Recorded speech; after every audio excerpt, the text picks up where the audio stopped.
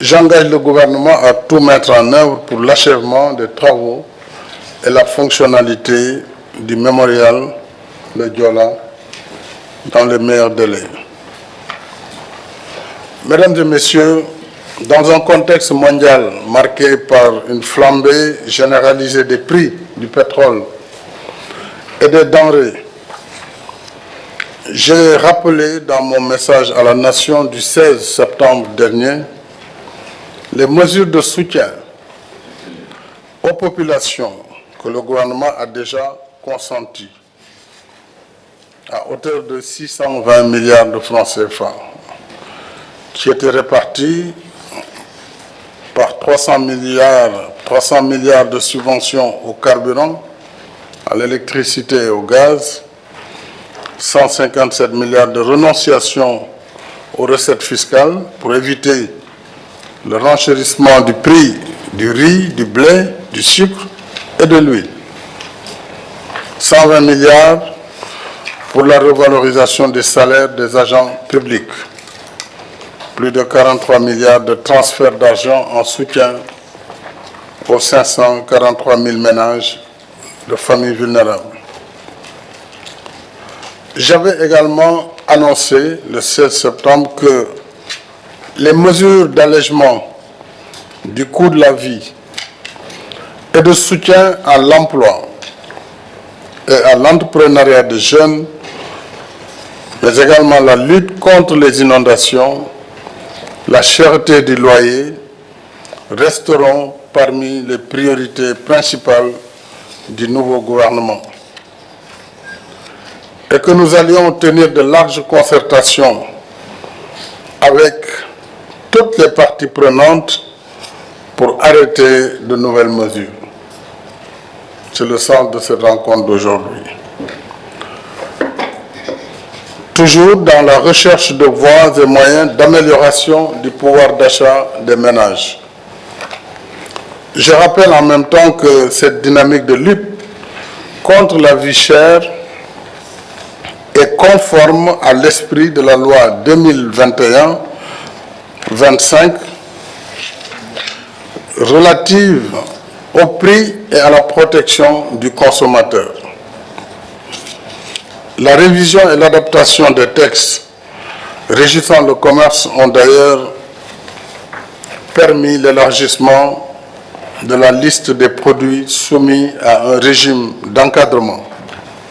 Ainsi, des produits de consommation courante comme le riz, l'huile, le sucre, la farine de blé et le ciment restent dans la liste des produits soumis au régime de l'homologation ou à celui de la fixation d'office, ce qui permet de fixer les prix de ces produits et de les surveiller en tenant compte à la fois des intérêts des consommateurs et des industriels et importateurs.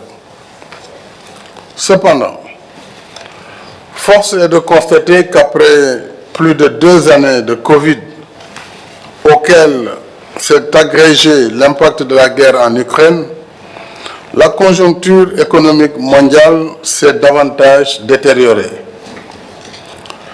S'y ajoute la perturbation des chaînes de transport et de logistique et la rétention de produits par des pays exportateurs.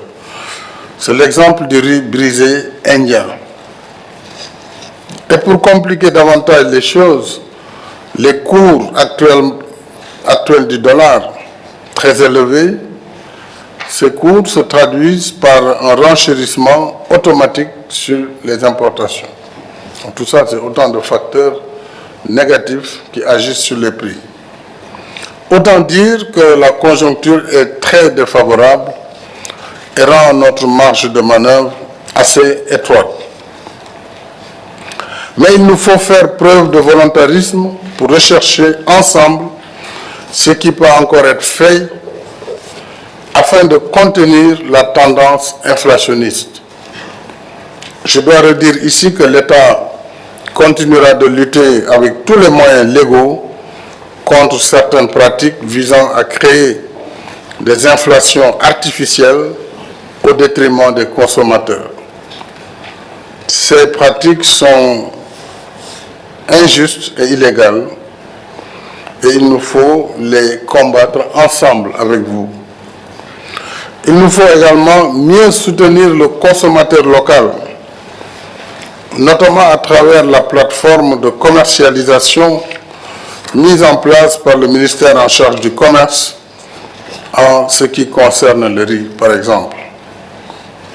C'est la raison pour laquelle j'ai donné instruction pour qu'une subvention de 32 francs CFA par kilogramme soit mise en place afin d'appuyer les rizeries locales dans l'étape de la transformation.